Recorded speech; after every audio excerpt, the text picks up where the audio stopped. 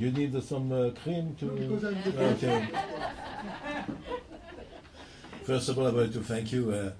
I understand why you're quite famous radiologist, because the quality of film are not so good. So to understand what's happened, you have to get a lot of experience. Thank you again. It's the nature of the patients, right? Excuse me? It's the No, nature but of I was quite surprised because a huge dilated stomach, they don't insert on the first time, you know, a nasogastric tube, and they have to send him to the chest, excuse me, to abdominal film to see what are the distended. I don't understand. There's a lot of questions here about the rapidity and quality of primary. Okay. Now this is another very important field, especially in the ICU. It's concerning the coagulation. We know that, especially in Ichilov, that our hospital was dealing with liver transplant patients. The importance of following the coagulation profile of the patient. On the same way, in the ICU, when we deal with septic problem, we have septic shock, we have the ICs and or other abnormalities. And we always, when we have to put a patient with under CRRT, hemodiafiltration, filtration, and you say, well, the patient INR something or PTT something, and we don't give heparin. We don't give a few years ago heparin or some kind of anticoagulation, and after 2 hours the circuit was clotted. So not necessarily the classical tests for coagulation are good, and I hope that we have a new field, at least thromboelastogram, which is an old patient. Still okay. Please. Hello everybody, and thank everybody for inviting me here. I'm from the land of origin of the famous Professor Gabi Gorman, so and in the first session I think I made the introduction in a proper way. And I'm going to tell you some things about, I'm not a salesperson first, so I have to disclose that, about trying to manage bleeding with the point-of-care devices. I work in liver intensive care. I work in a big hospital in Romania, and I'm leading the anesthesia and intensive care for general surgery, general intensive care, and liver surgery, as well as liver transplantation. So we are dealing a lot with bleeding in our department.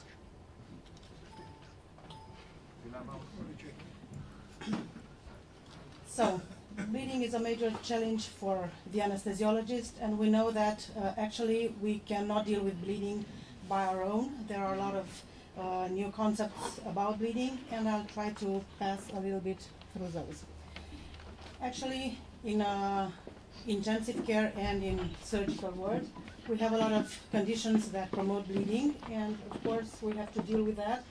Sometimes we need a very rapid intervention to manage all things which are components of enhanced bleeding, because it's not only the trauma that enhances bleeding, but it's also our interventions like fluid administration to restore the volemia, which can be deleterious. The blood loss itself can be also enhanced by our targeting interventions, and we have to think a lot about what's enhancing bleeding, like hypothermia or other conditions like hypokalemia, hypocalcemia, acidosis, and everything. Anyhow, I think we have to try to avoid transfusion, because blood administration, even if it was known that it can save lives, is a very deleterious medication, and maybe if it would be, and it is a part of a lot of trials, it is sometimes avoidable, and if we have the necessary laboratory test, and if we have also the experience, we can avoid a lot of transfusion and of course useless transfusion. Where are we now? Actually, we need to improve our diagnostic tools to have the possibility to have a rapid and targeted intervention, and of course better outcomes. And sometimes, because economics always is a burden in a hospital and in our decisions, even not as doctors, but as administrative persons sometimes. All those interventions have to be on a cost efficiency basis. Actually, we are talking about hemorrhage, which is the enemy which we are fighting with, and of course in a surgical department and in surgery room, we are always fearing about that. But we don't have to think that in a later moment, hypercoagulability and thrombosis can be the enemy that kills. Actually, I think that as an anesthesiologist, I'm always trying to balance a little bit about what I'm doing instead of just correcting some factors or some numbers, and trying to be cautious with transfusion, because I'm the person who's fighting with the later enemy with thrombosis, and of course I can be the person who can be blamed for the outcome or a bad outcome in terms of thrombosis. Anyhow, diagnosis for bleeding is time-consuming and also confusing. And we have some devices who are now developed, and I think they are very useful, and I'm grateful to some inventors of new devices because they're helping us in some decisions, and maybe I will try to show you that the decisions can be good decisions. So we are trying to have the ideal machine which is fast and which is easy to use and repeatable, which needs little training, and also that gives a picture of the whole coagulation model, which is also a very important thing, because normally with the standard coagulation test we have a lot of images which are for partial parts of coagulation, the whole coagulation system. We have the rotational thromboelastometry and the thromboelastography. The same mechanism, it's a rotation of the cup and pin mechanism that allows to analyze the clot formation during the whole coagulation process from the whole blood. We have a lot of questions that could be or should be answered. I will not pass through all of those questions, but I'll try anyhow to point some things which are proofs and which are very important for the practice of an anesthesiologist and an intensivist. First of all, we are always looking for standard coagulation or the classic coagulation tests. And actually, as a liver person, as I'm considering lately to be, I know that we are using them on a regular basis, but they are not developed to help us in evaluating the coagulation system. So we are doing the ABTT, we are doing the PT or INR, and these were not developed for evaluating the coagulation. These were developed for other specific reasons to manage anticoagulation, even if, for example, the INR enters the MELD scoring system. And I think that for people who are dealing with cirrhotic patients, we know very well that now just having a high INR doesn't mean that you have to correct it anyhow. So we started to use too much the standard coagulation tests, even for the evaluation for a patient who is dressed for the OR. I don't think that it's a normal thing, and I think that's very uneconomical because we don't have many informations. Having the coagulation tests, which are, I think, in maybe 98 or maybe more % normal tests, and we cannot prevent bleeding by having the coagulation tests that are normal. We cannot imagine what's going to happen, and we have to take into account a lot of other and multiple factors. Having those coagulation tests are, as I tell you, somehow useless. So we just take into account that we have a lot of cost because we're doing them on a standard basis in our program, and I think everybody of you has the anesthesia plan, and we have some like Pavlov reactions that we have to have some numbers and to look into those numbers that can tell us almost nothing. So we have the possibility to target and to refine our diagnosis by analyzing the coagulation from another point of view. There are some functional tests. I will not explain the principles of that. Anyhow, we can have the whole picture by having the extrinsic pathway, the intrinsic pathway, also the fibrin polymerization. We have also a very important thing which can be found on the viscoelastic testing machines, which is fibrinolysis, and which is a very important process that normally cannot be evaluated on normal coagulation tests, and also we can have the presence of heparin. Each of these tests can bring us more information because there are a lot of channels and a lot of additives that can refine our diagnosis. After having the coagulation and having the clot with his firmness, the time of installation and appearance and the firmness of the clot and also the lysis of the clot, we have a numeric and graphic representation. I think that's also a very important thing because probably our intelligence functions in major and our process of learning is more complex. So if you have images and if you have some pictures who are very out of order, let's say, you can think that something is going wrong. And I think for our interns as well, it is a very good tool for learning. And for us, it was a very good tool that we can have all kind of scenarios which are graphically represented and sometimes are more easy to understand and to use, not because we're using only patterns, but because we have some information which is a visual information, and for people who have imagination, it works. What's important for those tests? It's important that those tests are available in a very, because they are considered as point-of-care devices, they can be used and they are available quick at the time of at the intervention in the OR or wherever the bleeding occurs, and there are minutes who are saved by having a good result, and then you can save minutes by targeting the component which has to be considered as initiating or aggravating a bleeding. There are also there are studies made by a group of Essen. It's Professor Gerlinger who actually had probably main of the studies I'm citing, which was studying the coagulation system and this kind of measurements like the viscoelastic tests. And he analyzed a lot of patients with which were analyzed from non-cardiac surgery, which is a main field of surgery, of course, for most of anesthesiologists working in the field of non-cardiac surgery. And he analyzed a lot of Rotem assays, and he said that the early values of clot firmness allows a fast and reliable prediction in non-cardiac patients. So in 5 or 10 minutes, there is a result that can be reliable, and you can act very fast and correct what's happening if the bleeding exists by that time. The same results were achieved by a group from China, and there were 3,400 patients with Rotem measured with simultaneously with platelets and fibrinogen.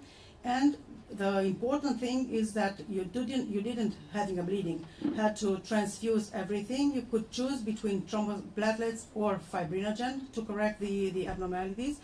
And there is also the possibility to have an algorithm on transfusion based on these findings.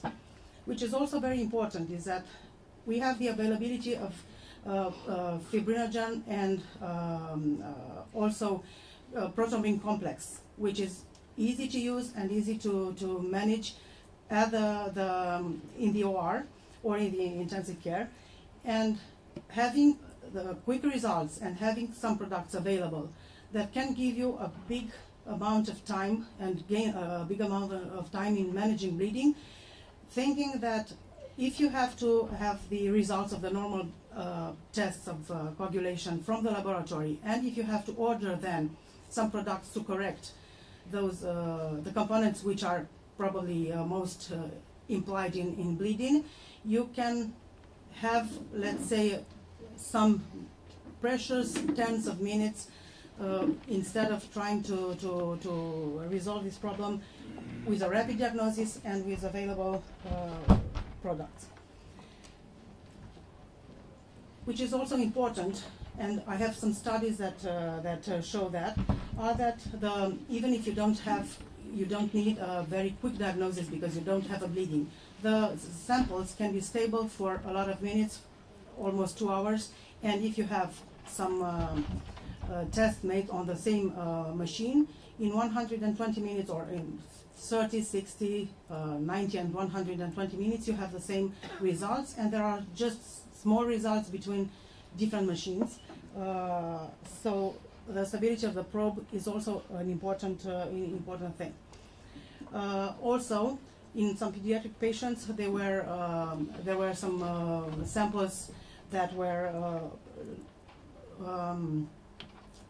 processed in the laboratory, in the central laboratory, and in the point-of-care devices. And which is important is also that we not needing too much training and having a single staff member who can proceed or perform this in our department. For example, there are a lot of interns and nurses who are doing that on a proper way, because we're training them 1 hour or 2 hours with the company, and everybody can perform the test. You can save also a lot of time having a good result and on an accurate basis. So we have these machines who are very good for transfusion, for detecting platelet or factor deficit or thrombocytopenia or whatever component we're looking for, and to correct that. Which is important is that there were a lot of algorithms which were based on ROTEM, and this group of Essen developed a lot of algorithms, and a lot of studies are coming from this group. I will not tell you too much about the algorithm, because I think it's an important thing to have the algorithm fitted to a special proceeding in a special unit. So probably it's better to develop based on an algorithm from Essen, the algorithm from every unit. That means that we have available products which are maybe not the same. We have not available fibrinogen in all the patients. Cryoprecipitate, for example, is not allowed in all the countries. So algorithms probably have better to be developed in particular situation. Which is also a nice study said that a study made on cardiac surgery showed that transfusing upon those kind of algorithms had the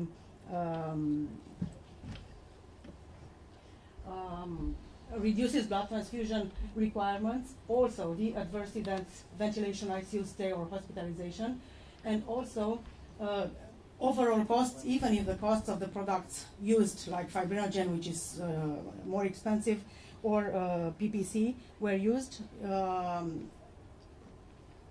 I think the terms of adverse events encountered were less, and that's more important than to think only in the overall cost of the product itself. In trauma, it's important to know that there are several situations: trauma, cardiac surgery, and liver transplantation. In trauma, there is a lot of mechanisms, but there are a lot of mechanisms who are defining coagulopathy, and which is important is that in trauma, a patient with coagulopathy and a severe trauma dies more frequent, it's an old study, than a patient who is only severely injured but not coagulopathic. So it's important to act fast. So we know that in coagulopathy and trauma, we can do or a ratio transfusion or a POC guided transfusion. This can change a little bit the approach. We have just to know that with no prophylactic transfusion, we can have less side effects, but we have to be cautious on hypovolemia, which is important that normally you are not treating only the coagulopathy, but you are treating also the patient as a whole. So, what is known is that there are very big differences, and in trauma you know that you have to act very fast. On scene and at the ER department, the differences in what's happening with the patient in terms of coagulopathy are very huge. So it's very good to know that having a point-of-care device, even at the site of the as a mobile device, at the site of the accident, can be important in terms of ordering products or acting in the ambulance for the patient if he has modified values. Very important study, which is, I think, known by everybody, was a crash study, which has conflicting results somehow, but The important thing of the crash study was that there were a lot of patients randomized to receive tranexamic acid or nothing in the first hours and at 8 hours after the trauma, and then to compare the results. And they were, everything favored the administration of tranexamic acid, even in terms of thromboembolic events where there were some things. So the World Health Organization made the analysis saying that 400,000 patients are dying every year with because of bleeding. If you're giving tranexamic acid, you can save in the first hour 1/3 of those, and if you're giving tranexamic acid in the first 3 hours, that's important that you can save 1/4 of these patients. I think that's a nice and interesting finding, which has to remain in our brain somehow, because you can really be very efficient in terms of saving lives because of fibrinolysis, and by the other hand, you don't enhance too much the adverse events like thrombotic events. Which is not very good is that we don't have randomized controlled trials, and major studies are not so major, and there are only 7 interventional studies, 1 prospective study guided by TEG, and 1 prospective study guided by TEM. So there are limited data, but most of studies have a lot of good observational findings. Major studies have the idea that hyperfibrinolysis and platelet dysfunction can also be detected early by point-of-care devices, and of course needing the RCTs. But I think that starting and using those devices gives you another opinion about what's happening with coagulation, and for sure you don't transfuse so much.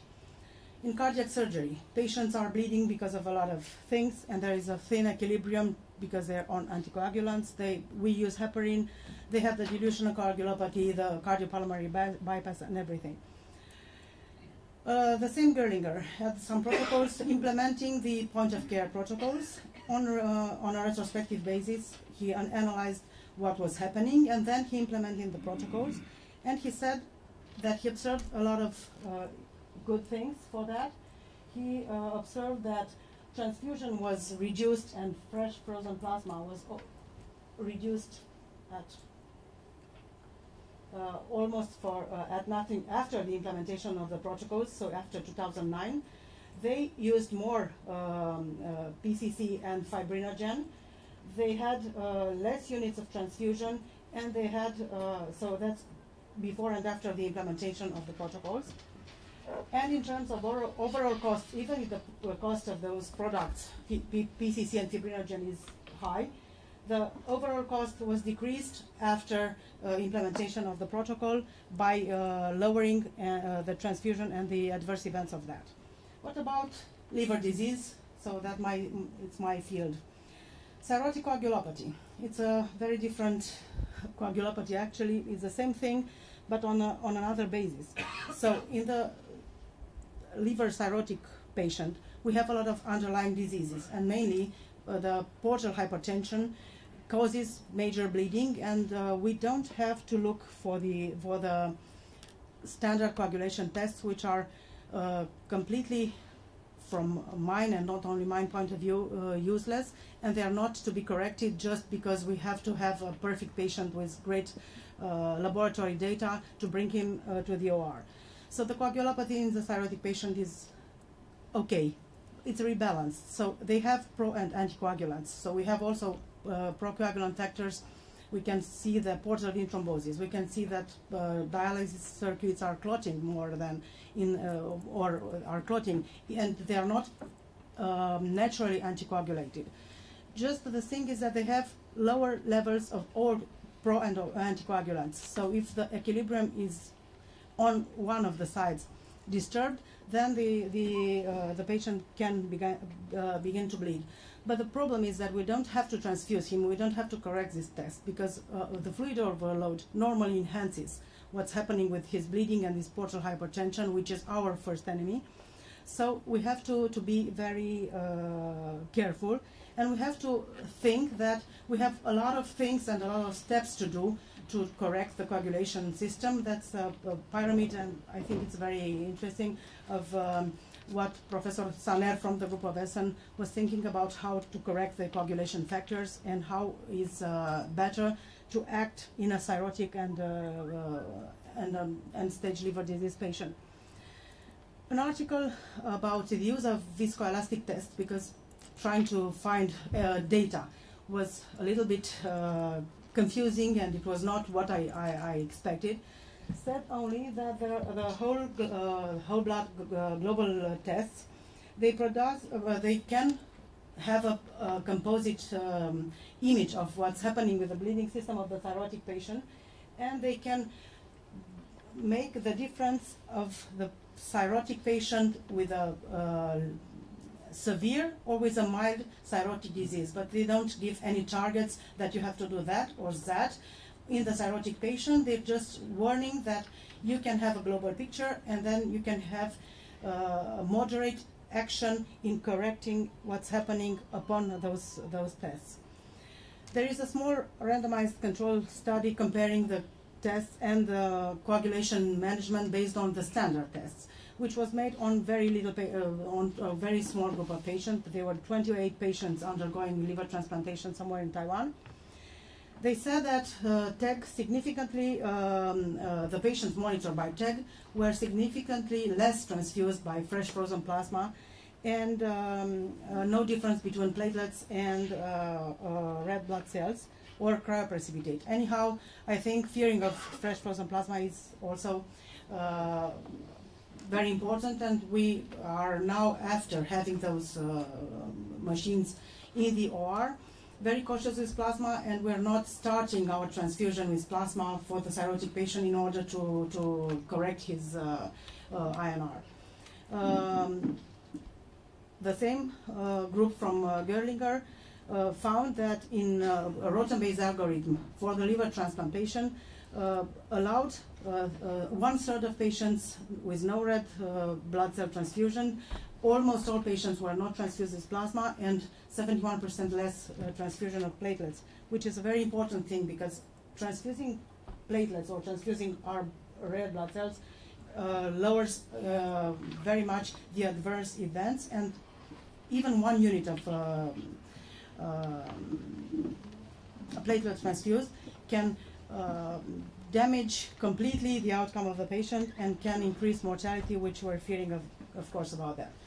Antifibrinolytic agents, I don't think we found the holy grail, but anyhow, from the CRASH study, we know that that can be, that it's very important. We are fearing in liver transplantation of fibrinolysis, which is early or late.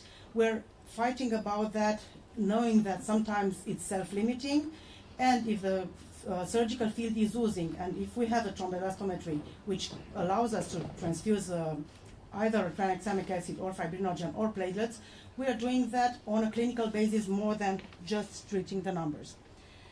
So another study showed that we have some targets to transfuse, and we can lower the targets of transfusion upon those values on thrombelastography with no enhancement of bleeding, so we can lower a little bit the targets, and we are not having more bleeding events. There are some pulmonary thromboembolic events, but they are not significantly increased by thrombelastography. We have also the platelet function testing, which I have 4 slides saying that nobody finds them so good, because actually we can mainly postpone or avoid postponing surgery because we have the aggregometry, which is not correct, but we don't the main groups of studies. So also Kozek Langner, one of our colleagues from the ESA group, and 4 other studies that I found, they didn't find that the aggregometer module on the thrombelastometry could really make the difference on those kind of evaluation of platelet and the aggregation of the platelets. Anyhow, not advocating for having this in their OR, trying to say that they don't find it so useful. Cost consideration, I have shown you the slide before. The idea is that I think that everybody has to develop his own algorithm based on the former algorithm developed by major centers. And I was telling you why, because probably the availability of products, the experience, the surgical team have an important role in the bleeding. We have an algorithm of our own in Funden Institute, and it really changed a lot of our clinical practice and of our transfusion. We published something about transfusing in liver transplantation settings. And as a conclusion, I think we can target the transfusion and we can react to coagulopathy, which are defined in a more specific way by those tests, and to reduce the costs. And we started, all those colors there were units of blood, platelets, and fresh frozen plasma transfused in one of our cases.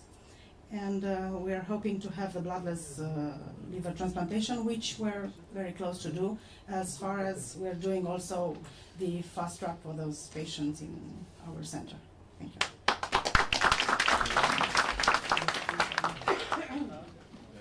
Questions? The famous Professor Gourmand said to us that there is no time for questions, but I think that He's right. One So question. famous. One question. Famous Professor Gourmand, Yeah. so-called Gabi, you ask for one question, please. Romanian. Romanian. Ce face? Bine. One question. בבקשה. חברים, יש הרבה שאלות פה. אפשר להדליק את האורות?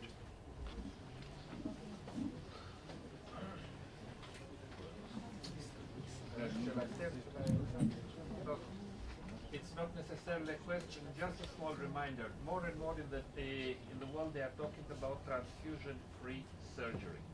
One of the pioneers in this field is in New Jersey. Spent weeks there. It is so simple, just to make a clear concept of what are our targets. And in several meetings here, Professor Arya Shander, the things are much more simple than they really feel. There are no clear-cut guidelines in our education, when to give blood, to whom, how much. Surgeons have their criteria, some intensivists their criteria, and I think here some effort should be put. I think if you have guts, you can avoid transfusion. Guts. Guts. You can avoid transfusion because you have to stay calm if it's not life dangerous for the life of the patient. So we don't have to be so having cutoffs like that. But if the patient bleeds, if it's oozing, if the surgeon does not have a comfortable place to work in his field, and if you're arguing with him that it's because of him, because it's localized, his coagulopathy is localized, so he has to do a hemostasis, and if it's something that really enters all the operating field, then you can choose between that, and I think you have a better tool. I was advocating for that, and I think I'm very comfortable having it, because I can have the proof, even they understand. Thank you.